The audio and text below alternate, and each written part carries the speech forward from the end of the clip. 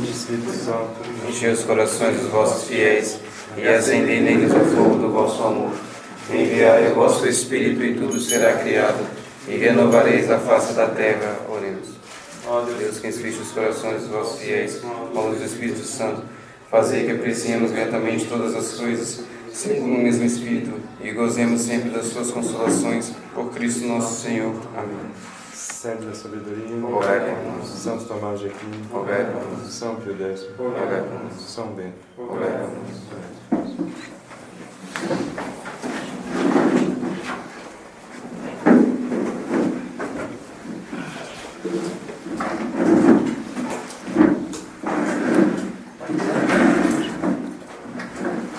Então, vamos falar hoje sobre essa primeira conferência sobre o liberalismo.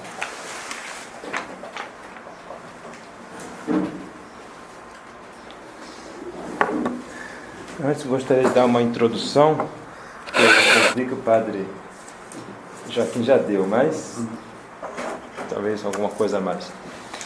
Então, as conferências devem durar uns 45 minutos, durante as quais eu pediria que não fizessem perguntas, para poder dizer tudo o que devo dizer nesse tempo. Depois deverá haver uns 15 minutos para perguntas.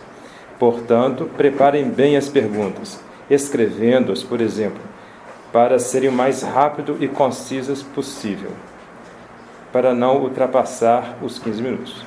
Pretendo também responder o mais rápido possível. Lembrar também que essas conferências são de formação e que é bom que os senhores gravem ou anotem ou guardem bem na memória as coisas que forem ditas. Se as conferências acabarem antes da hora, os senhores terão mais tempo de perguntar, mas talvez as conferências ultrapassem o tempo estabelecido, então os senhores terão menos tempo para as fazer. Peço de modo particular que, se tiverem perguntas polêmicas, deixem para fazê-las ao padre Joaquim, pois ele foi muito bem formado nos dominicanos e tem mais condições do que eu para esse tipo de perguntas. Gostaria também de dizer que, por estar cansado, não quis confiar em minha memória e minhas conferências deverão ser quase totalmente lidas. Sei que isso é um pouco cansativo, mas paciência. Para ano que vem, se marcarem com bastante antecedência a data das jornadas, Dom Tomás poderá programar-se para poder vir e não terá um substituto quebrado, como o irmão João Batista. Dom Tomás quis que essas conferências fossem bem básicas. O importante não é saber muitas coisas, mas saber bem o básico e sabê-lo profundamente. Percebe-se isso particularmente na atitude de Dom Lefebvre. Ele não era um bispo extraordinário no sentido corrente da palavra, mas ele era realmente extraordinário, pois poucos foram fiéis simplesmente às coisas mais básicas e simples.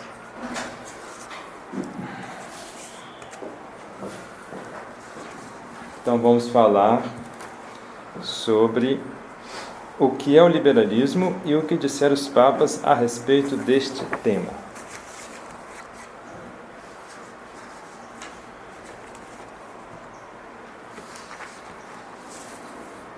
Vários documentos pontifícios trataram desse assunto. Os principais são Mirari Vos, de Gregório XVI, Quanta Cura e Sílabus, de Pio IX, Libertas, de Leão XIII, Divini Redemptoris, de Pio XI. Vou escrever, se quiser copiar.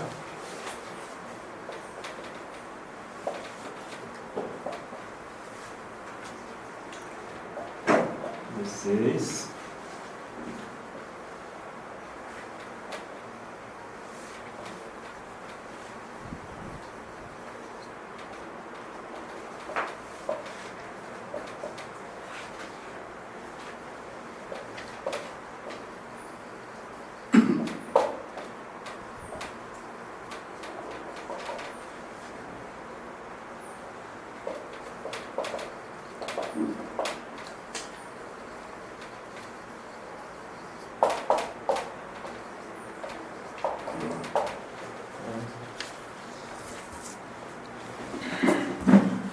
Depois de uma introdução, deverei comentar apenas o ensinamento contido na encíclica Libertas e alguns pequenos comentários de Dom Lefebvre, quando ele expôs a Mirare Vos e a Quanta Cura, pelo fato de o tempo não permitir comentar todos esses documentos.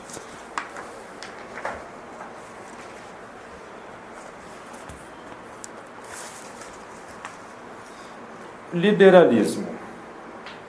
Vamos ver então o liberalismo em geral, a sua definição, a sua causa e a sua divisão. Depois, o liberalismo católico, breve histórico do liberalismo católico, definição e características. Definição do liberalismo em geral. Aqui há duas definições. Primeira, sistema que pretende justificar os desregramentos práticos da liberdade pela inversão teórica dos valores.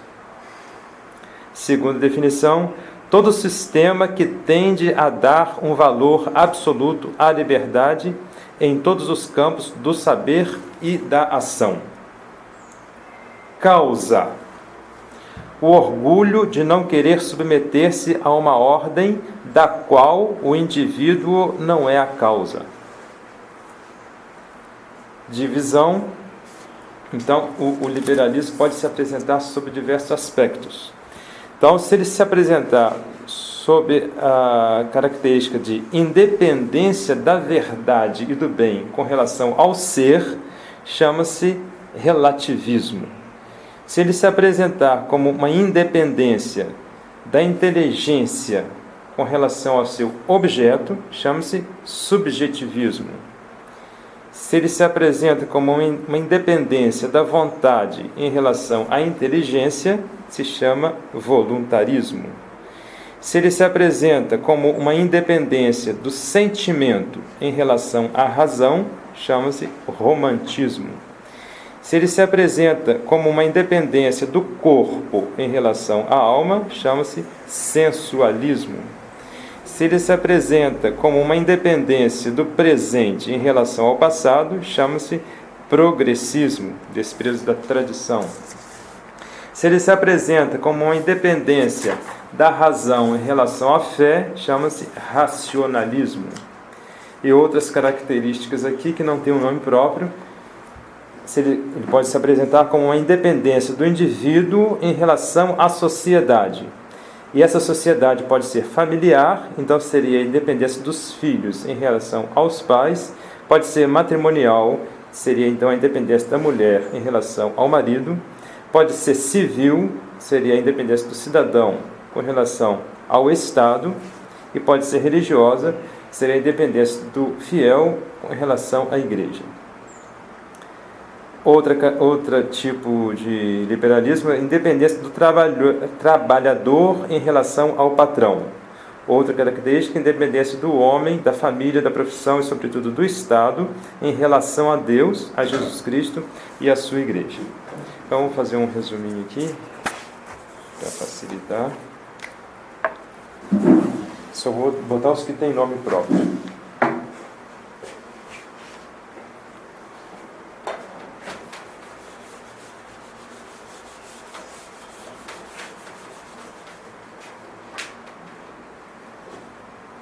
Então, relativismo,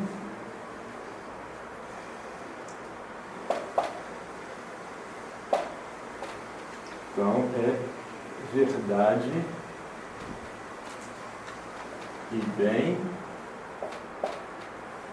contra, ser. Então, faz uma separação das duas coisas. Subjetivismo,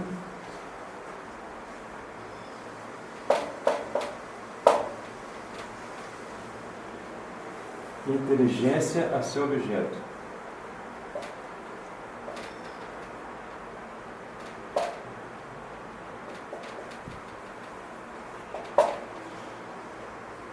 Voluntarismo,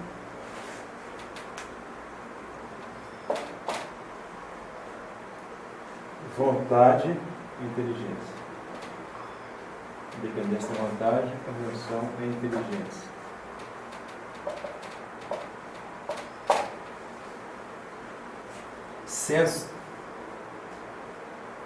romantismo,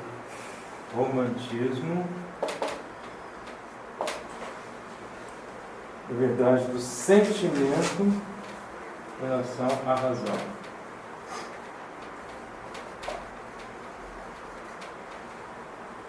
Sensualismo,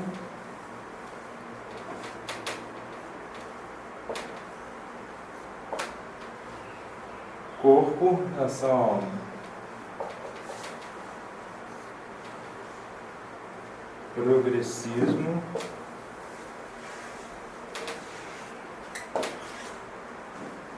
presente e passado.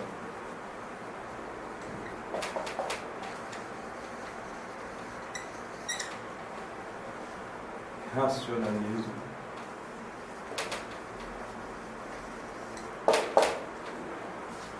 razão e fé.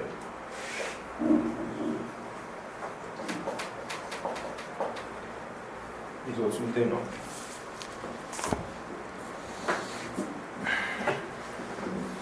Muito bem. Então agora vamos ver o liberalismo católico. Então vimos o liberalismo em geral.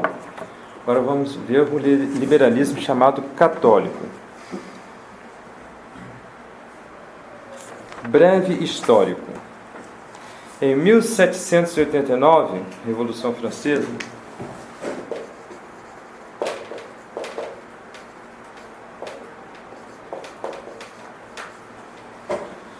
guarda essa data de máxima importância. 1789, Revolução Francesa, a qual tinha como doutrina o liberalismo radical, com todos os seus excessos. A Europa, cujas elites já estavam em parte contaminadas pelas filosofias liberais de Descartes, Kant, Lutero, a Europa foi rapidamente dominada pelo espírito da Revolução Francesa, graças sobretudo a Napoleão, com suas guerras, suas guerras de conquista. Ele conquistava um país, então ficava sob o seu domínio, e com isso a doutrina revolucionária entrava no país também. Porque ele dizia, eu sou a revolução, ou seja, ele encarnava a revolução. Para conter a perseguição religiosa na França, o Papa Pio VII entrou em acordos com Napoleão. Apesar de o Papa rejeitar totalmente as ideias revolucionárias, ele fez um acordo prático. Então foi um acordo simplesmente prático, rejeitando as doutrinas revolucionárias. É nesse contexto que vai aparecer o liberalismo católico, que consistiu primeiramente em procurar na teoria e na prática, então, diferentemente do Papa. O Papa foi só na prática, os liberais católicos na prática e na teoria. Procurar um entendimento com a Revolução. Os católicos liberais, condenados várias vezes pelos papas, procuraram estabelecer uma cooperação puramente prática, a qual, no fundo, não era senão um pretexto para escapar às condenações. Ou seja, eles concordavam com a Revolução na teoria, mas como eles viram que foram condenados pelos papas, eles fingiam que só colaboravam na prática, mas não é verdade. Eles na teoria também. Desde o século XIX, os católicos liberais criaram uma divisão profunda dentro da Igreja e obtiveram no Concílio Vaticano II uma estrondosa vitória, causa da crise em que estamos vivendo. Então, esse é um pequeno histórico. Agora, definição do catolicismo, do liberalismo católico. Definição do liberalismo católico. Então, duas definições. Liberalismo católico é a doutrina que quer conciliar a Igreja e o mundo, ou mais precisamente, a Igreja e a Revolução. Outra definição: o liberalismo católico consiste na incoerência entre os princípios e a prática. Princípios que eles chamam de tese e prática que eles chamam de hipótese. Então, para eles, hipótese tem um outro sentido que nós usamos, quer dizer, prática, simplesmente. E tese seria os princípios. Então, essa definição. As características do liberalismo católico. Primeira, uma grave separação entre os princípios e a prática. Falta de espírito escolástico. Então, o espírito escolástico é um espírito de raciocínio acirrado, né? Bem feito o raciocínio. Mas uma das coisas que caracteriza também a escolástica é o bom senso. O bom senso. A não contradição. Mas para o liberal eles são contraditórios. Então, o que é o princípio de contradição ou de não contradição? Tanto faz. É o seguinte: uma mesma coisa não pode ser e não ser ao mesmo tempo e sob o mesmo aspecto. Estar sentado e estar de pé ao mesmo tempo não é possível. A pessoa pode estar sentada agora e depois estar de pé, ou vice-versa. Mas ao mesmo tempo, sentado em pé não é possível. Então, a mesma coisa não pode ser e não ser ao mesmo tempo. E sob o mesmo aspecto. Então, estar triste e alegre ao mesmo tempo é possível, mas não sob o mesmo aspecto. Por exemplo, alguém vendeu o carro para remediar um problema financeiro, uma dívida. Ele está alegre por se ver sem dívida e está triste por se ver sem carro. Então, está ao mesmo tempo triste e alegre, mas não sob o mesmo aspecto. Então, o princípio de contradição ou não contradição diz: uma mesma coisa não pode ser e não ser ao mesmo tempo e sob o mesmo aspecto. Segunda característica dos católicos liberais, do liberalismo católico, os princípios. Então, é uma consequência da primeira característica. Já que há uma separação entre os princípios e a prática, e há uma falta de espírito escolástico, o que vai acontecer? Os princípios, não devendo esclarecer a prática, a ação, os princípios vão começar a desaparecer, deixando lugar ao vago e à imprecisão. O liberal começa por ignorar os princípios e termina por odiá-los. E termina também por odiar a escolástica. Primeiro, ele falta de espírito escolástico e acaba no ódio à escolástica. Terceira característica: o liberal é aquele que mistura as noções. Muito bem. Agora vamos analisar a encíclica Libertas, de Leão XIII, que é do ano de 1888.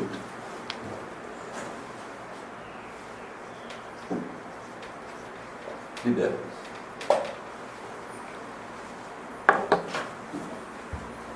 Vamos primeiro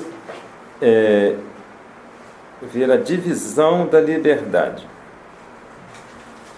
A palavra liberdade, então, pode ser entendida sob 3 aspectos, ou melhor, há 3 tipos de liberdade. Então, quando se fala liberdade, tem que ter cuidado em precisar o que nós queremos dizer, ou seja, dizer precisamente qual das 3 liberdades a qual eu estou me referindo. Primeira, liberdade física externa, ou liberdade de ação, ou liberdade de coação. Primeira liberdade. Segunda liberdade, liberdade física interna, ou psicológica, ou livre-arbítrio. Essa liberdade opõe-se ao determinismo, é própria aos seres racionais. Terceira liberdade, liberdade moral, que comporta um direito. É a liberdade física interna enquanto limitada no seu objeto e aperfeiçoada no seu exercício pela lei. Objeto, se não sabe o que quer dizer objeto, né? Isso aqui é um objeto, né? É outro sentido. Objeto, nos termos filosóficos, quer dizer a coisa que é o termo do conhecimento como tal. Essa liberdade moral é a liberdade quanto aos meios que conduzem a uma finalidade determinada. Ora, a finalidade da vida do homem é Deus. Então, essa liberdade moral não não se refere à sua finalidade. Ela não é livre quanto à sua finalidade. Ela só é livre quanto aos meios que conduzem à finalidade que já está determinada para nós, que Deus determinou, que é Ele mesmo. Então, vamos escrever as 3 liberdades. Vamos resumir, né? Os nomes assim mais comuns.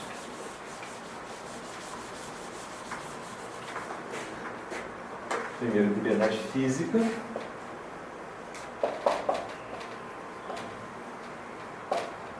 Segundo, livre-arbítrio. Terceira, liberdade moral. São as 3 liberdades. Agora vamos ver o corpo da encíclica Libertas. Muitos homens pensam que a Igreja é inimiga da liberdade humana, porque eles opõem lei à liberdade. Faz uma oposição entre lei e liberdade. No entanto, a liberdade moral é a faculdade de escolher entre os meios que conduzem a uma finalidade determinada. Já falamos, né?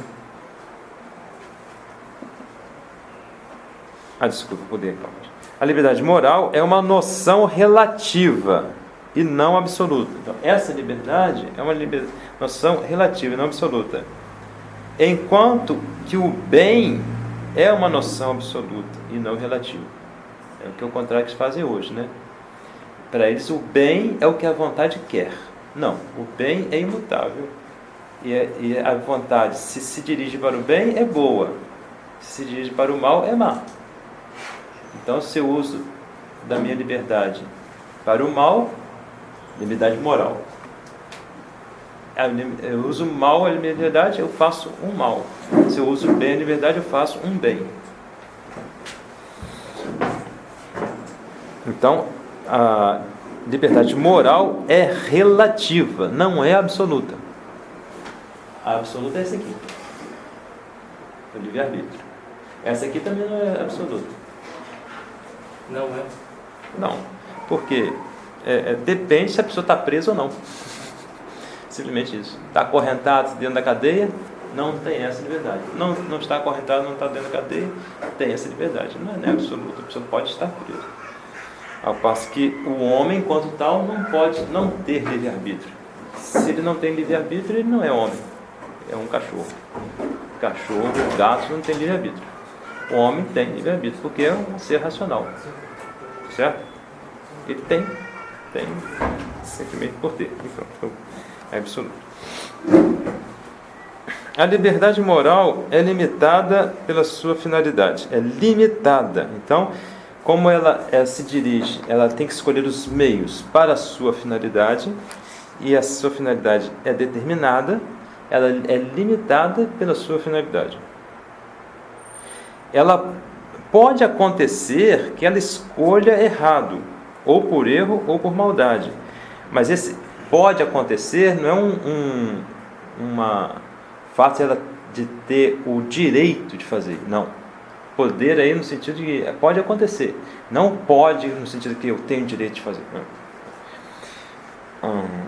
A inteligência e a vontade não sendo perfeitas, a nossa inteligência não sendo perfeita, pode acontecer de a inteligência propor à vontade uma aparência de bem.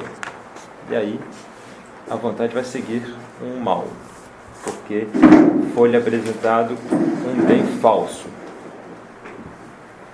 Se a perfeição da liberdade incluísse a capacidade de fazer o mal, Deus não teria a perfeição da liberdade, o que é absoluto. É evidente que Deus não pode fazer o mal. E nós podemos. Podemos no sentido que a gente pode acontecer de fazer, não que a gente tem o direito de fazer. Mas se nós dissermos que nós temos o direito de fazer, porque isso pertence à nossa liberdade, pertence à característica de ter liberdade, nós estamos dizendo que Deus é mais imperfeito do que nós, porque Deus não pode fazer o mal. Então seria dizer que Deus tem menos liberdade que nós. É um absurdo, absurdo. A finalidade da nossa vida já foi determinada por Deus. Cabe a nós apenas a escolha dos meios próprios a alcançar essa finalidade. Do mesmo modo, agora, mas não existe esse problema que cada um faz o que quer, mas como que é isso? Então, é uma comparação. Do mesmo modo que a doença é um defeito da vida, mas revela a existência da vida, assim o poder pecar é um defeito da liberdade, ainda que seja um indício do livre-arbítrio. Porque a liberdade moral, nós vemos, é o exercício do livre-arbítrio. E nesse exercício entra a moralidade. E a moralidade diz que uma coisa é boa, outra coisa é má. E que nós só podemos fazer o bem e não o mal. Não há ordem social só há ordem social onde há ordem moral. E os liberais fazem abstração da finalidade e ficam só nos meios. Então, eu sou livre. Eles abstraem o fato de nós termos uma finalidade, abstraem isso. Eu sou livre, agora eu escolho o que eu quiser, que são os meios. Não pode abstrair a finalidade. Temos uma finalidade. A lei é uma ordem, e também foi dito, né, que eles fazem uma oposição entre a lei e a liberdade. Né? Homens que pensam que a igreja é inimiga da liberdade porque eles opõem a lei à liberdade. Então, acho que a lei restringe a liberdade, mas não é verdade. A lei é uma ordenação da razão para levar a razão à sua finalidade. Então, fazer com que a pessoa conduza bem a sua liberdade. Toda lei que concorre a essa finalidade última é legítima. A lei que vai contra essa finalidade última não é legítima. A lei nos faz usar bem da liberdade. Sem a lei, por-nos-íamos em contradição com a reta razão. A lei, então, tem várias leis, tem vários tipos. Tem a lei natural, a lei divina, sobrenatural, e a lei civil. A lei natural é a lei eterna gravada na razão. Todo homem tem. As leis que estão em contradição com a lei eterna devem ser desobedecidas. Então, a lei é para isso. Se a lei sai da sua finalidade, ela perde o seu poder de obrigar. Então, não devemos submeter-nos a ela.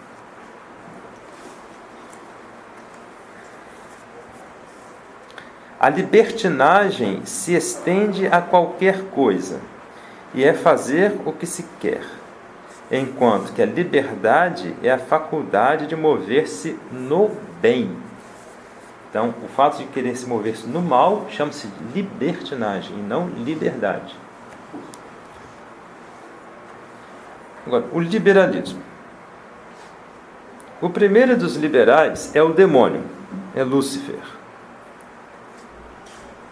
Qual é a pretensão dos liberais?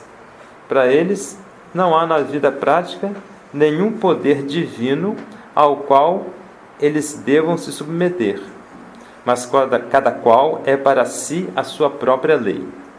Ninguém tem autoridade sobre o homem a não ser ele mesmo, cada indivíduo. Essa é a doutrina deles. Né? Cada um é dono do seu nariz, como ele diz. Não tem que dar satisfação a ninguém. Se a gente ouve aos montes por aí, não tem que dar satisfação a ninguém. Tem que dar, sim.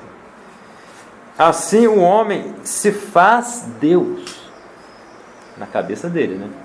É que não se faz Deus nada. Mas é a mesma história do demônio a Eva, a mesma história. Sereis como deuses. Essa ilusão do homem ser Deus. A gente fica achando, como é que pode, né? Eva acreditar numa lorota dessa. Hoje o homem continua acreditando nessa lorota. Pelo liberalismo. O homem que se faz Deus. Vício radical do liberalismo é a negação da autoridade. Para o liberal, a autoridade vem da multidão. No entanto, os deveres precedem os direitos.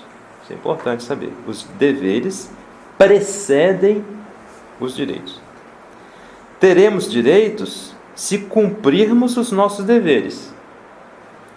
Temos direitos para cumprir os nossos deveres. Muito bem. Agora o liberalismo mitigado. Primeira categoria de um liberalismo mitigado. Aqueles que negam a ordem sobrenatural. Como o liberalismo total gera a desordem e a licenciosidade, os liberais o adotam mitigadamente. O homem deve submeter-se à lei divina, mas esta lei divina deve ser descoberta pela razão humana. Ou seja, eles negam a revelação divina e o direito que Deus tem de legislar. Então, é uma religião natural, né? É uma lei, só lei natural. Então, obedecer à igreja, obedecer a Deus, um Deus assim meio coisa, mas não à igreja. E obedecer a Deus conhecido pela razão e não Deus revelado, conhecido pela revelação. Isso é um absurdo, pois se Deus nos deu uma lei, devemos obedecer a ela em sua integridade. Se Ele nos deu não só a lei natural, mas deu a lei positiva também, é o mesmo autor de ambas as leis. Temos que obedecer, se obedecemos a uma, temos que obedecer a outra. E depois, a igreja tem em si notas suficientes para sabermos sua origem divina, porque nós vimos que eles querem obedecer a Deus e não à igreja. Ora, a igreja tem notas suficientes para sabermos que ela vem de Deus. E se ela vem de Deus, temos que se submeter a ela. Segunda característica do liberalismo mitigado: os partidários da separação da igreja e do Estado. Então, esse é mais mitigado que a primeira categoria, porque esse já aceitam mais um pouco, mas nem tudo. Então, para eles, as leis divinas devem regular a vida e o modo de proceder dos particulares, mas não dos estados, dizem eles. Então, não, claro, a igreja sim, mas só na vida particular, não na vida pública. Então, anda um pouquinho para trás, mas não retrocede tudo. Se o protestantismo houvesse sido esmagado pelo Estado desde o princípio, a Europa não estaria na situação atual de liberalismo.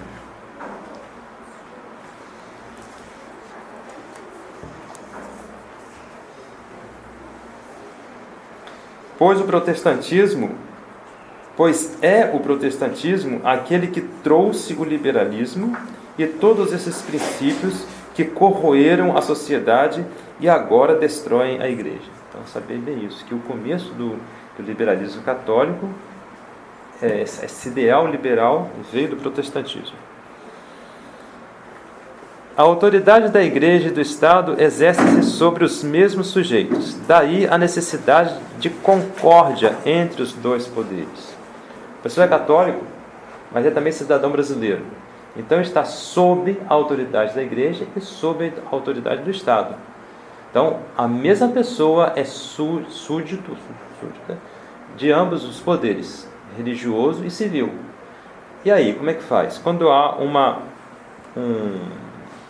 diversidade de pensamentos entre o poder civil e o poder eclesiástico, o que faz? Tem que haver concórdia. E a concórdia só pode haver com hierarquia. Igualdade não dá concórdia. Tem que haver hierarquia. E qual é a hierarquia? É a igreja acima do Estado. Porque assim como a alma está acima do corpo, nosso corpo humano, né? Assim também a igreja está acima do Estado. Porque a igreja é uma sociedade perfeita, sobrenatural. A sociedade é uma sociedade perfeita também, mas natural, material. Então o sobrenatural está acima do material. Depois, o governo, essa história de Estado é um pouco abstrata. E, na verdade, o Estado não é abstrato. O Estado são homens. O melhor seria falar governantes, e não o Estado. Governantes, homens que governam, são homens. Ora, o homem deve estar submisso a Deus e, portanto, à igreja também. Então, se ele é um súdito da igreja, ele tem que obedecer à igreja, como governante, no seu trabalho, que é o governo, no caso. Então, um pai de família não pode ser católico só dentro de casa e faz trabalho, é um comunista. Não pode.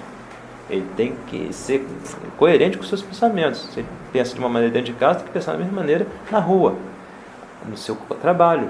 Assim também o governante. Seria um bom pai de família dentro de casa e tem que ser um bom governante católico no governo. Governo no país, governo no estado, governo na cidade, qualquer tipo de governo.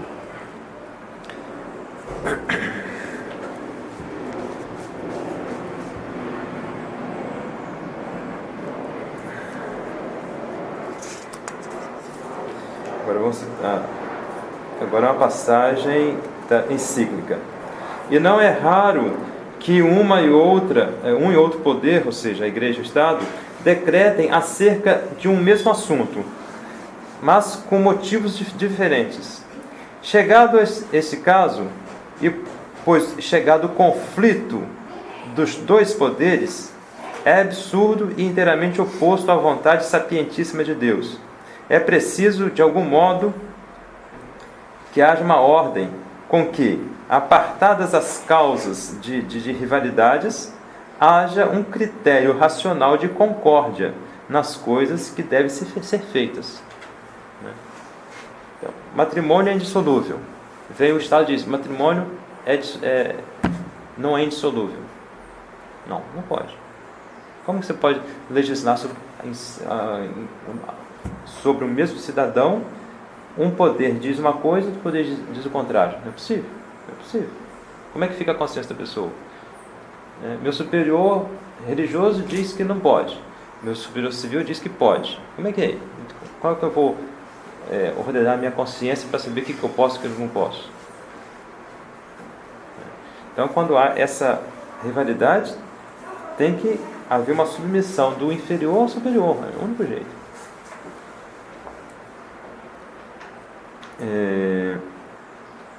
Com razão se comparou essa concórdia à união da alma e do corpo, igualmente proveitosa para ambos, cuja desunião, ao contrário, é perniciosa, singularmente para o corpo, pois, por essa desunião, o corpo perde a vida. Então, quando a nossa alma se separa do nosso corpo, nós morremos. Então, o corpo perde a vida. A alma continua viva. Mesma coisa, os estados são mortos hoje em dia, porque não tem a vida que é a igreja, que vivifica os países.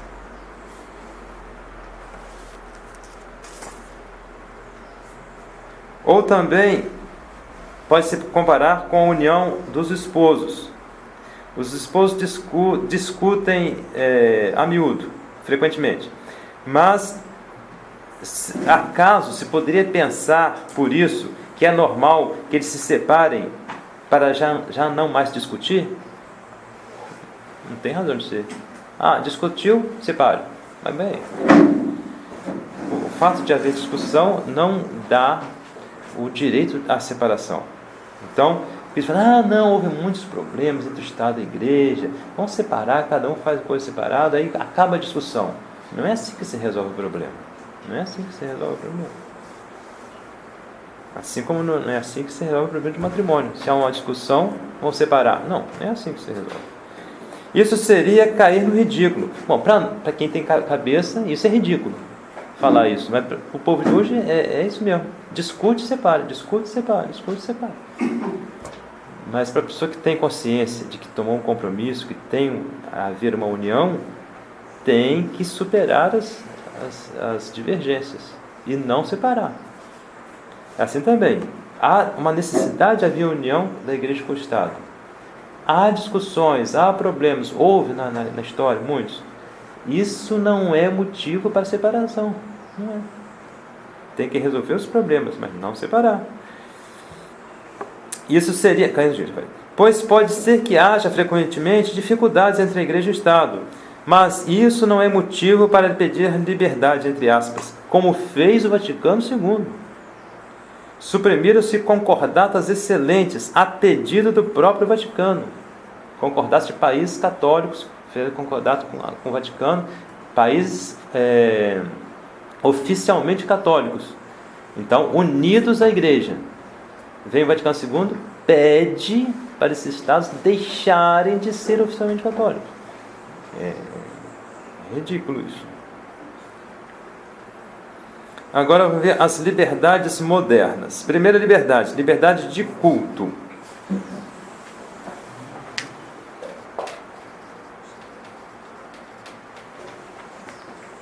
Começamos que hora? 4h25. 4h25. Tem tempo. Liberdade de culto. Trata-se do princípio do indiferentismo religioso do indivíduo. Nega a necessidade de dar a Deus um culto, ou que tenha que se preferir uma religião a outra. Então, a liberdade de culto.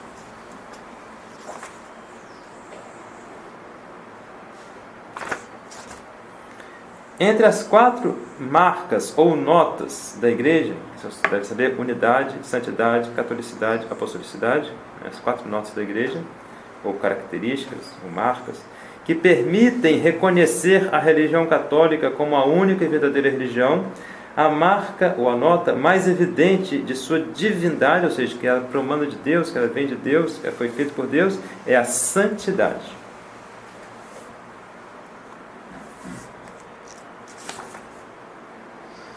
A sociedade civil tem, além do indivíduo, a obrigação de dar. Então, além do indivíduo ter a obrigação de dar culto a Deus, a sociedade também tem essa obrigação de dar culto a Deus, pois a sociedade é uma criatura de Deus, assim como a família é uma criatura de Deus. O mesmo Estado e a autoridade civil devem um culto a Deus, que é seu autor, seu criador. Por conseguinte, está claro que a liberdade de cultos é uma liberdade falsa. São raros os católicos que ainda entendem que em um país se possa proibir a expansão de outra religião. E Dona Fé exclama: como penetraram os erros nas inteligências? Para não deixar-nos envenenar, voltemos sempre aos verdadeiros princípios. Às vezes se diz: é melhor que o Estado deixe todo mundo livre em matéria de religião. Não. Isso é um raciocínio absolutamente oposto ao que Deus quer. Quando Deus criou os homens e criou as sociedades também, foi para pôr em prática a religião. E não qualquer religião. A religião que ele revelou. No entanto, vejamos a declaração do Concílio Vaticano II sobre a liberdade religiosa. Aqui a citação do Vaticano II. As comunidades religiosas, ou seja, as seitas, têm também o direito a não serem impedidas no ensino e na profissão pública, de palavra e por escrito, de sua fé, entre aspas. Que não é fé, não é? Então, o contrário do que a Igreja ensina sobre a liberdade de culto. Isso é absolutamente contrário ao ensinamento dos papas do século XIX e da primeira metade do século XX. Se existe uma verdade, Deus não pode dar ao erro um direito para que se propague como a verdade. Não pode. Isso não pode ser. Falar assim é o mesmo que insultar a Deus. Segunda liberdade, liberdade de palavra.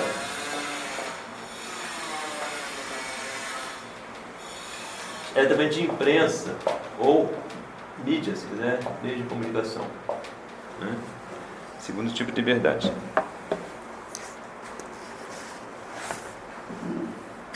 Aqui cita o Papa, na encíclica Libertas: Não há direito para a liberdade de imprensa, nem tampouco para difundir o erro por meio da imprensa. Essa liberdade não existe, não pode haver um direito para essa liberdade de palavra nem de imprensa.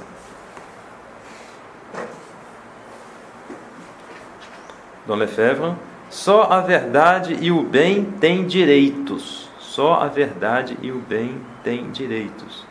Porque o direito se funda em Deus mesmo, e Ele é a verdade e a virtude. O que se opõe a Deus é contrário à verdade e ao bem, e não pode ter nenhum direito.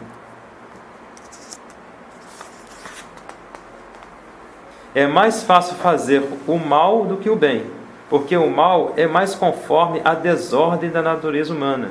Por isso, quando se permite a liberdade, cresce o erro. Todos nós somos tendentes ao mal.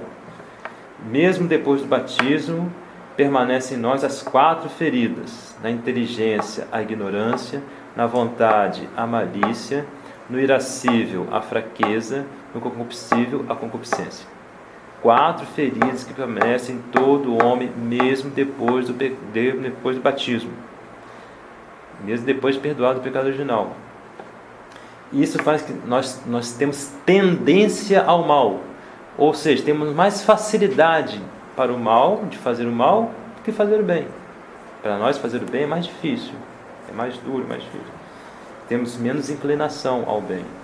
Então, se permite o mal, é evidente que se permite o mal e o erro, é evidente que o mal e o erro vão crescer. Ah, não, cada um faz o que quer e a igreja vai progredir. Não vai progredir, vai regredir, porque todo mundo vai tender para o mal, vai fazer o mal, porque é a liberdade de fazer o mal, né? Terceira liberdade, liberdade de ensino.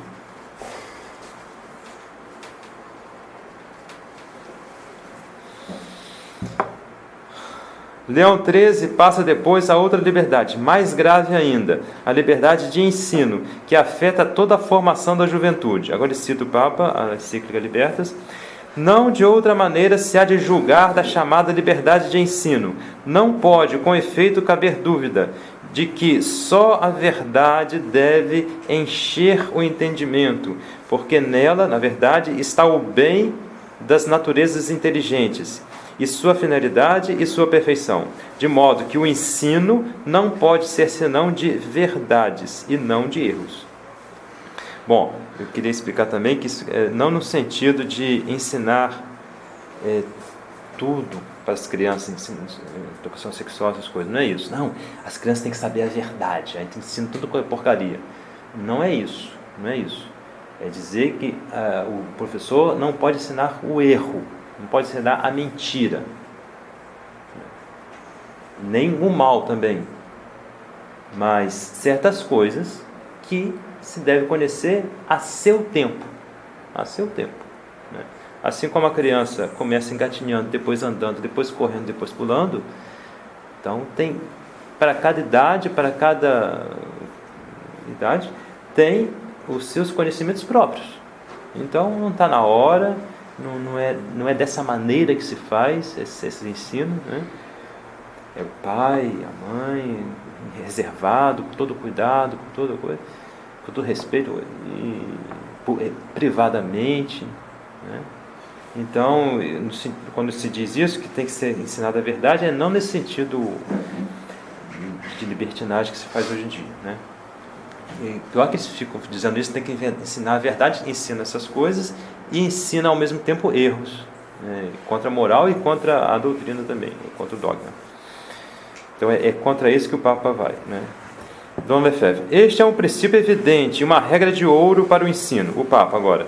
Por esta causa, sem dúvida, é dever próprio daqueles que ensinam, os professores, né, os mestres, os pais também, livrar os entendimentos do erro e fechar com seguros obstáculos o caminho que conduz a opiniões enganosas, por onde se vê quanto repugna à razão essa liberdade de ensino que nós tratamos, e como nasceu para perverter radicalmente os entendimentos ao pretender ser lícito ensinar tudo segundo o seu capricho. Sobretudo porque a autoridade do mestre pode muito sobre aqueles que o ouvem, os alunos, né? Os filhos. Não há para que não aconteça impunemente que a faculdade de ensinar se torne em instrumento de corrupção.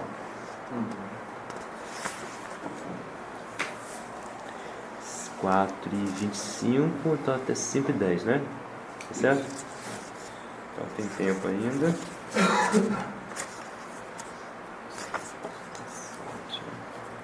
São incontáveis os documentos pontifícios sobre a doutrina de Santo Tomás. É realmente a filosofia da Igreja, a filosofia de Santo Tomás. E, portanto, a filosofia de Deus, de qualquer homem sensato, e da qual tem que viver qualquer cristão. Então, aqui está falando daquele ponto que nós vimos, que eles são contra, os liberais são contra a escolástica, né? Olha o que o Papa diz. A filosofia de Santo Tomás é realmente a filosofia da Igreja, portanto, a filosofia de Deus, de qualquer homem sensato, e da qual tem que viver qualquer cristão. O ensino atualmente se tornou eclético, quer-se saber tudo de tudo, e se redigem uma espécie de nomenclaturas de tudo o que pensam os homens sobre qualquer coisa, menos a verdade. O que diz? O fulano diz isso, e aquele diz isso, e aquele diz isso, e não tira conclusão nenhuma. Acaba, um contradiz o outro, cada um diz uma coisa contrária do outro, e ninguém sabe o que é a verdade, o que é o certo, o que é o errado, ninguém sabe. O que é isso? Bom, fulano diz isso, Beltrano diz aquilo. O que é o certo? Não sei, cada um diz uma coisa. Quarta liberdade, liberdade de consciência.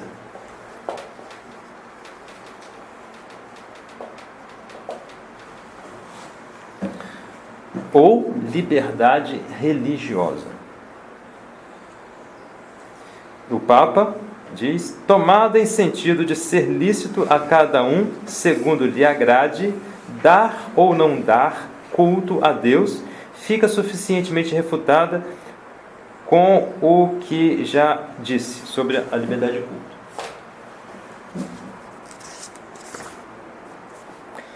A tolerância religiosa, agora o Dona Efésia está falando, a tolerância religiosa é realmente a doutrina tradicional da Igreja, segundo a qual não se pode falar de liberdade das religiões.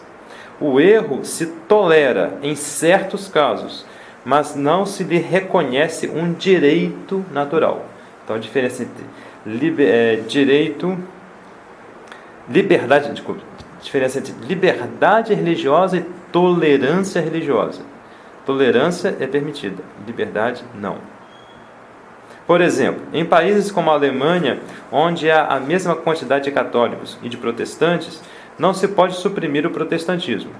Mas em estados tão católicos como a Espanha, onde há poucos protestantes, as leis favoreciam precisamente o catolicismo, impedindo o desenvolvimento de instituições protestantes.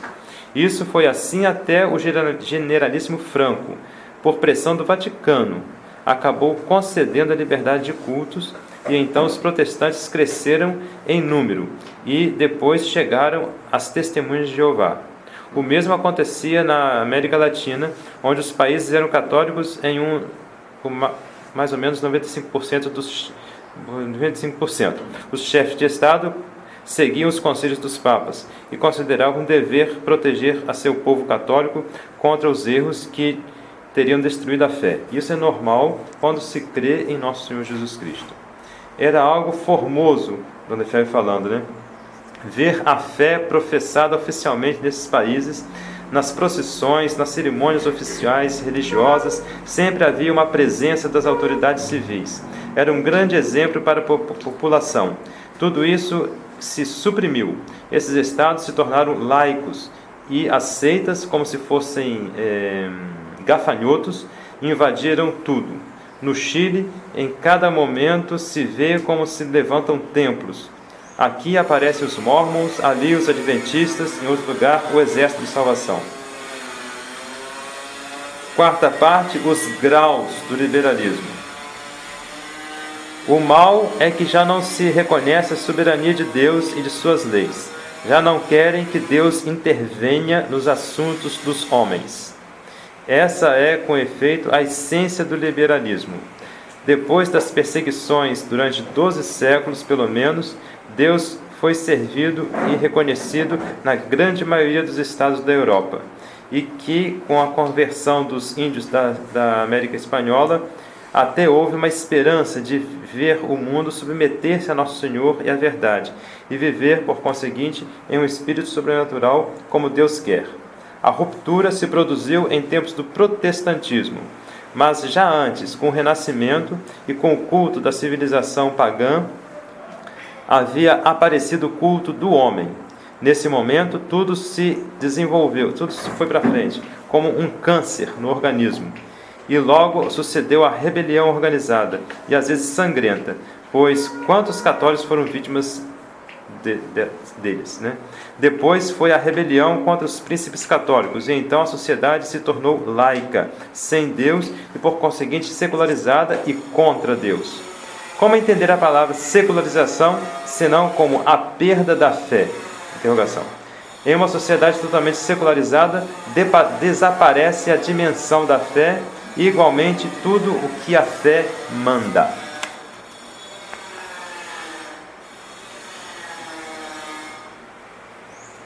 Bom, não deu para terminar. Tá isso.